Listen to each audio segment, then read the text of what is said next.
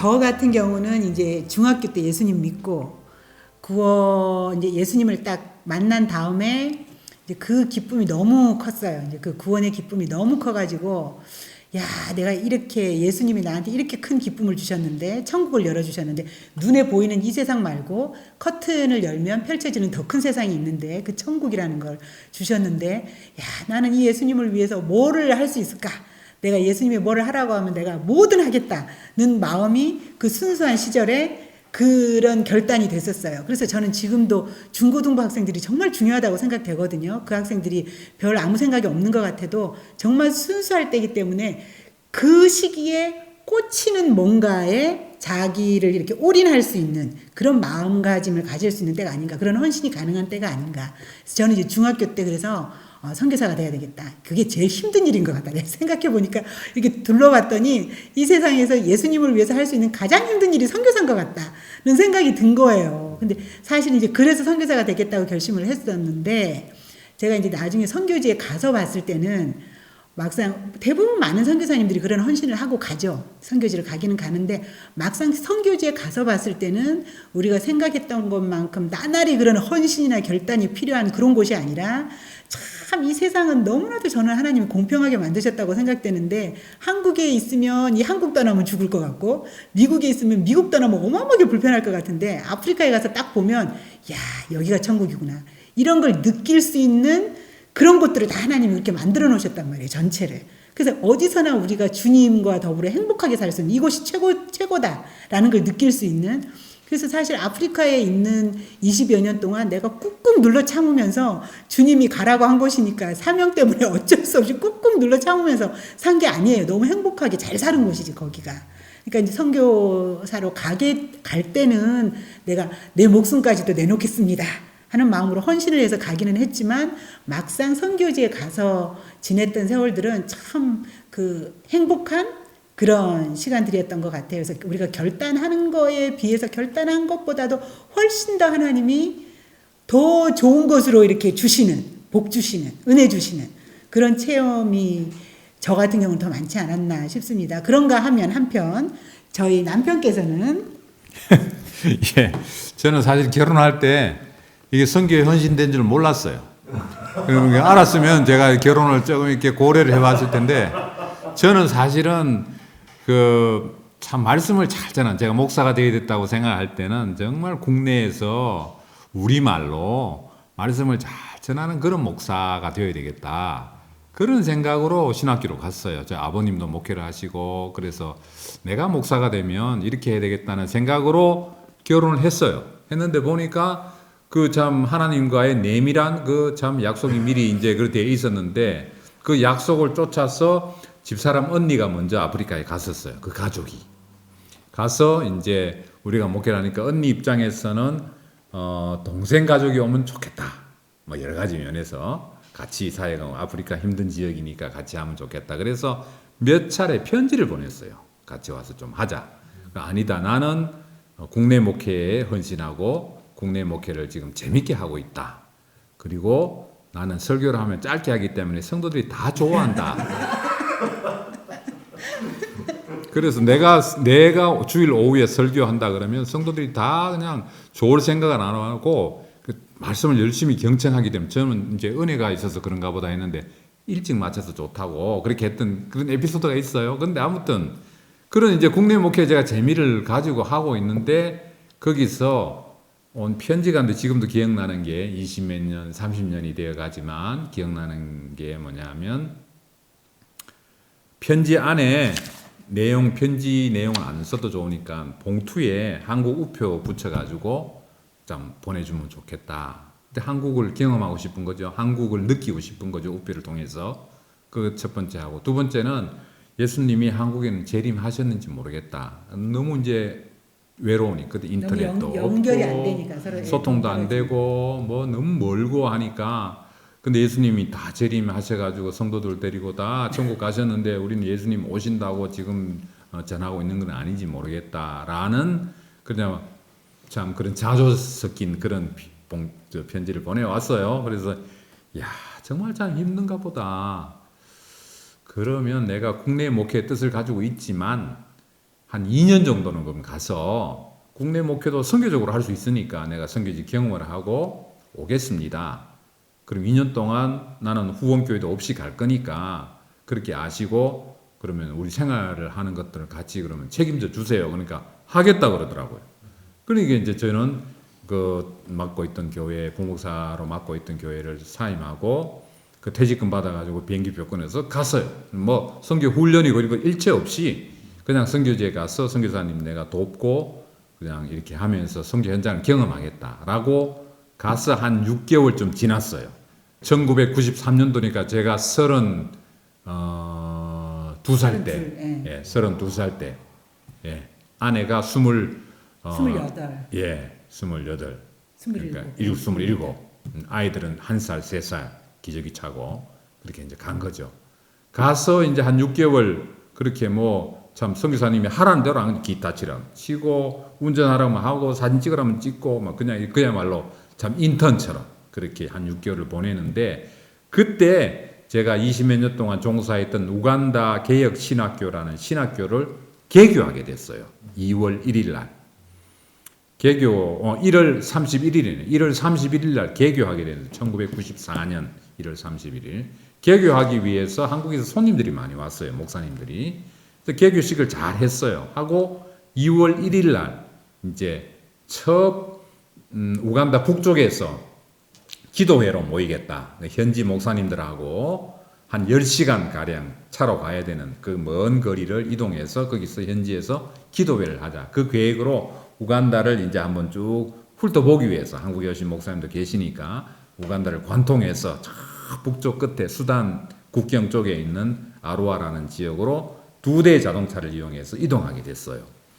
한 5시간 갔어요. 그럼 한 반 온 거잖아요. 너무 지치고 힘들고 하니 거기서 그늘에서 잠시 이제 목도 축이고 밥도 먹고 싸운 밥도 먹고 하고는 그 다음에 남아있는 반은 지금까지 타왔던 자동차를 바꿉시다 이렇게 됐어요. 그러니까 기분 전환을 위해서 이 차에 탔던 사람은 저 차라고 하고 저 차에 탔던 사람은 이리로 오고 그리고 이제 차를 바꿨어요. 바꾸고는 제가 이제 앞차를 운전하고 뒷차를 따라오는데 그 이제 비포장이니까 먼지가 뽀얗게 보이죠. 백미러로 보면. 근데 뒷차가 오다가 갑자기 안 보여요. 그래서 그럼 뭐 안 보이는갑다 했는데 사실은 뒷차가 사고가 난 거였어요. 나는 백미러로 이 먼지 때문에 못 봤는데 차가 굴렀어요. 큰 사고였어요. 차 안에 탔던 분들이 다 튕길러 나올 정도로 창문으로. 그래서 이제 차가 굴러서 그 주위에 있던 사람이 차문을 두드리면서 뒤에 지금 사고 났다고. 그래서 차를 돌려서 가봤어요. 가보니까 이제 갔을 때 다 돌아가신 줄 알았어요. 의식 없이 다 쓰러져 있었으니까. 보니까 의식은 있고 이제 그분들을 급하게 이제 차에 싣고 그 지역에 있는 군인들에게 물어보니까 선교사가 세운 병원이 있대요. 그 초원에, 아프리카 초원에. 그것도 기적이죠. 그 초원에 세운 조그마한 초가집으로 만든 병원에 이 목사님들 모시고 가서 응급치료를 받고 급하게 무전을 내서 마프라는 선교단체가 있어요. 그 경비행기를 이용해서 이제 실어나는 급한 사람들을 실어나는 선교단체가 있어요. 그 일만 하는 선교단체. 그 일에 연락이 와서 경비행기에 싣고 캄팔라로 이동해서 케냐 나이로비로 가서 이분들은 한국으로 후송시켰어요. 시키고 저는 그 이제 운전했던 차를 다시 돌려가지고 오는데 사고 났던 차가 지역 경찰서 마당에 세워져 있더라고요. 왜냐하면 그 차는 제가 5시간 동안 타고 왔던 차니까 5시간 이후에 바뀌었으니까요. 그래서 차로 이제 접근해서 가니까 제가 앉았던 자리 운전석 옆자리였는데 그 옆자리를 제가 보는데 그냥 깜짝 놀랐죠. 왜냐하면 그게 지붕이 찌그러져 가지고 이 지붕 철판이 V자로 딱 꺾어져서 목 받침대까지 V자가 딱 꺾어져 있었어요. 저는 그 차에 타고 있었으면 아마 즉사했을 거예요. 왜냐하면 거기 계셨던 목사님은 그때 당시만 해도 안전벨트 개념이 없어서 더우니까 그냥 벨트도 없이 타고 오시다가 탁 튕길러 나가 살았어요. 저는 그때까지 안전벨트를 메고 왔어요. 그러니까 제가 그 차례에 있었으면 안전벨트 때문에 아마 튕길러 나가지도 못하고 죽었을 그런 상황인데 안전벨트를 안 매는 목사님들 그 차에 싣고 안전벨트를 메고 왔던 저는 다른 차를 타게 하고 그래서 그분들도 살고 저도 살았어요. 그래서 제가 그 장면을 카메라로 찍었어요. 제가 어디 찾으면 있습니다. 근데 카메라로 찍었는 그 장면이 저에게는 그게 하나님이 말씀하시는 것 같았어요. 속에서, 제 마음 속에서 그런, 제가 자꾸 거부했는데, 거부할 수 없는 음성이 뭐냐면, 나는 너를 위해서 특별한 계획을 가지고 있단다. 그런 말씀이었어요. 너는 국내 목표에 대해서 비전을 가지고 있는지 모르지만 나는 다른 목표를 가지고 있다는 말씀이 자꾸 제 마음속에 거절할 수 없는 말씀으로 들려와서 이제 돌아와서 한편 집사람은 사고 났다는 소식을 듣고 어느 차가 사고 났냐 하니까 이제 형부가 다쳤든지 남편이 다쳤든지 이제 둘 중에 한 사람이 다쳤을 텐데 보니까 남편이 타고 왔던 차가 굴렀다. 그런데 다치기는 형부가 다쳤다. 이렇게 된 거예요. 이게 미스터리잖아요. 분명히 아침에 출발할 때는 저 차를 남편이 타고 갔는데 그 차가 분명히 사고가 났는데도 남편은 살았다 그러니까 나중에 알고 보니까 이제 차 승객들을 바꾼 일이 있었던 거죠. 그 중간에. 아무튼 이제 기다리는 사람은 기다리는 사람대로 이게 기적이고 저에게도 기적이고 그 차에 탔던 목사님들도 다 기적이고 이분들 한국에 오셔서 다 끝까지 목회를 잘 하시고 한 분도 돌아가신 분이 없이 그렇게 사고가 마무리됐는데 저에게는 이 장기 선교를 향한 하나님의 특별한 그림이었다. 그렇게 느껴졌죠. 그래서 이제 2년 계획으로 갔던 걸 6개월로 중단하고 한국으로 들어와서 선교 훈련을 시작한 거죠. 그때부터. 그럼 내일교회는 어떻게 알게 됐느냐? 내일교회 제 친구 목사님이 여기에 대학부를 담당하는 청년부를 담당하는 목사님으로 계셨어요. 제 신학교 동기가. 그래서 이제 내일교회 지금 이 자리 말고 저기 그 광장 타워 있는데 거기에 가서 친구 목사님 만나러 왔는데 친구 목사님이 청년부 모임 마치고 임원들이랑 같이 모임한다고 자리 없고 그래서 이제 거기 부목사님이 저보고 어떻게 오시냐고 해서 아프리카에서 왔는데 혹시 이렇게 아프리카 선교에 대해서 궁금하신 점이 있으면 제가 경험한 것도 말씀드릴 수 있겠습니다. 하는데 그때 이제 지금 원로 목사님 되신 목사님이 내려오셔가지고 그럼 오늘 저녁에 설교하시라고 예배 20분 전에 말씀하셨어요. 그래서 제가 두렵고 떨리는 마음으로 이제 단에 쓰고 내려왔어요. 내려오니까 목사님 하신 말씀이 후원교회는 있냐고 그러셨어요. 없습니다. 그것 때문에 기도하고 있습니다. 하니까 그러면 우리 교회에 한번 이력서 한번 내보세요. 그렇게 내일교회랑 연결됐어요. 그게 1994년 5월입니다. 그로부터 지금까지 이제 인연이 계속 이어져 내려오는 거죠. 선교를 시작하게 된 계기는 그런 큰 교통사고. 제가 CBS의 새롭게 하소서라는 방송에 출연해서 이 얘기를 하니까 방송 작가분 선생님들이 선교사님 그 안전벨트 안 맸다는 얘기는 안 하셨으면 좋겠습니다.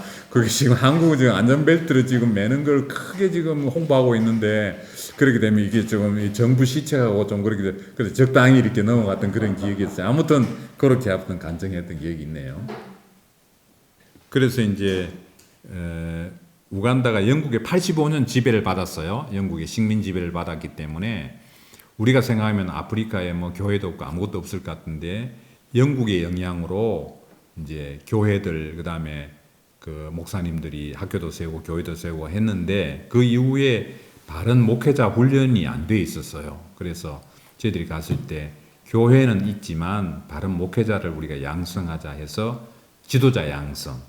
그래서 이제 신학교를 시작하게 됐죠. 그렇게 해서 신학교를 이제 1994년도에 오픈했으니까 이제 한 30년 다 돼가네요. 예, 그렇게 되는데 그렇게 했었고 이제 아내랑 저랑 이제 가르치는 일, 그다음 학교 행정 이사, 제가 이사장으로 한 15년 그 학교 책임으로 맡아서 있었죠. 공식어는 영어. 네. 한 50개 정도의 부족말이 있고 부족끼리는 안 통하니까 영어로 오히려 공식말로 쓰고. 그래서 저희가 아까 팀 사역을 했다 그랬잖아요. 그래서 팀 사역하면서 한 10가정 정도가 팀으로 그 사역을 하게 됐어요. 그래서 한 가정이 아마 신학교 사역을 했다면 그렇게 빠른 속도로 성장할 수 없는 그런 일이었을 텐데 하여튼 신학교가 참 빠르게 성장을 했어요. 감사하게도. 그래서 잘 됐고 10가정이 사역을 하니까 팀 사역도 참 좋았고 그랬는데 이제 그런 와중에 저희 언니나 오빠 가정은 이제 한 10년 정도 하고 이제 빠져나갔어요. 다른 사역을 하게 됐어요. 한 분은 미국 목회를 하시고 한 분은 또 예수전도단 사역을 하시고 그렇게 나가시고 저희가 가장 오래 있은 셈이에요. 저희 세 가정 중에서는. 그리고 이제 후배 선교사님들이 더 이제 조인을 해서 했는데 그러다 보니까 이제 저희가 시니어잖아요. 어떻게 보면 이제 선배 선교사잖아요. 그렇게 하고 10년 이상을 있어 보니까 이제 그 우간다 사역에서 그 외에 다른 사역으로 이렇게 뭔가 과도기적으로 변화하게 되는 계기가 딱 하나가 아니라 이제 몇 가지가 있는데 그 중에 하나는 뭐냐면 리더십의 변화가 필요하다는 거를 좀 느꼈어요. 우간다 내 사정으로는. 그러니까 우리가 선교사 가정이 10가정 정도가 있는데 밑에 젊으신 선교사님들이 들어와서 함께 사역을 하면서 보니까 이분들은 지금 아직 이전 경험을 해보지를 못했잖아요. 처음 사역을 못 해봤는데 저희는 지금 처음부터 학교의 시작부터 지금까지 있었던 사람들이잖아요. 그래서 무슨 회의를 하고 학교의 발전을 위해서 뭔가를 얘기를 하시는데 우리가 들어보면 다 옛날에 했던 얘기예요. 그러니까 옛날에 했던 건데 안 됐던 얘기 내지는 이미 해본 얘기를 아주 새롭게 얘기를 하고 계시는 거예요. 그러니까 저희 입장에서는 이거를 그분들의 얘기를 듣고 그렇게 가기는 힘든 얘기예요. 그게 안 될 게 뻔하니까. 그러던 것들을 몇 가지를 이렇게 경험을 하면서 보니까 이게 설사 안 될 일이라도 우리가 함께 팀 사역을 하는 데 있어서 선배가 있고 후배가 있으면 선배들 때문에 후배들의 성장이 가로막힐 수 있겠구나 하는 생각이 들더라고요. 이게 건강하지가 않구나. 어떤 조직이. 그런 느낌이 들더라고요. 그러니까 뭔가 이렇게 담임 목사님이 일정 기간이 되면은 비켜주시고 새로운 목사님이 서셔야 되는 것과 마찬가지로.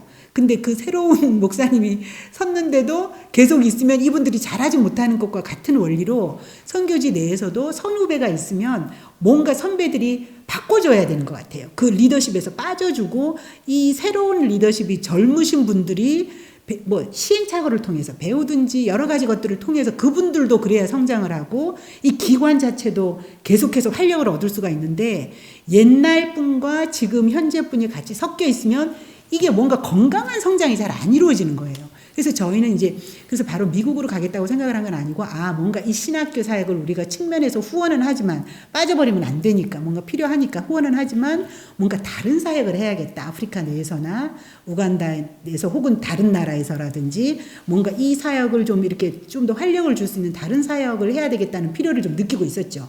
그러면서 기도하고 있었던 중이었는데 그 결과적으로 이제 미국 사역을 하게 된 것은 이 동원 사역이다 혹은 후원 사역이다라고 하는 것이 옛날에 우리가 그 신학교 사역을 하면서 느꼈던 뭔가 다른 분들이 미국이나 한국에 있으면서 우리 신학교 사역을 좀 후원해 줄 수 있는 분들이 없을까? 그러면 좋을 텐데 신학교 사역에 관심이 있으신 분들은 다 지금 신학교 현장에 모여 있어요. 우리는 팀으로. 그다음에 우리가 실제로 필요한 도움은 한국이나 미국에서 있는데 도와주실 분들이 없는 거예요. 한국이나 미국에 있는 어떤 분들은 다 바빠요. 각자 자기 사역들로. 막상 돌아가고 나면 방문을 하셨을 때는 우리가 신학교 사역을 좀 도움이 되도록 해볼게요. 하지만 돌아가시고 나면 각자 본인들의 사역이 바쁘시니까 이 신학교 사역을 협력해 주실 수가 없는 거예요. 그게 현실이더라고요. 보니까. 그랬는데 저희가 이제 그런 것들을 보면서 우리 신학교 사역을 위해서는 우리가 바깥에서 외부에서 이 신학교 사역을 위해서 좀 협력해주고 도와줄 수 있는 뭔가 네트워킹을 한다든가 이게 동원해줄 수 있는 사역이 필요하겠구나라는 거를 느끼고 있었죠. 우리가 그 일을 직접 하겠다고 생각을 하지는 않았었지만 그런 사역의 필요를 느끼고 있던 중에 그 다음에 아까 리더십의 변화 또 하나는 이제 미국 내에서 저희가 안식년 중에 미국을 방문했었을 때 이거는 이제 저희 개인적인 얘기긴 한데 어떤 영적인 변화를 일으키는 계기가 있었어요. 성령님께서 우리 안에서 뭔가 이렇게 좀 이렇게 폭발적으로 좀 이렇게 체험을 하게 해주시고 성령의 체험을 하게 하시면서 우리가 개인적으로 우리가 사역자로서 뭔가 좀 결단을 할 수 있는 새롭게 뭔가 결단을 해야 되겠다는 그 헌신을 하게 되는 계기가 있으면서 미국으로 바뀌게 된 거죠. 우간다 사역은 우리 후배 선교사님들한테 맡기고 우리는 바깥에서 동원하고 후원하는 사역을 하자라고 결정.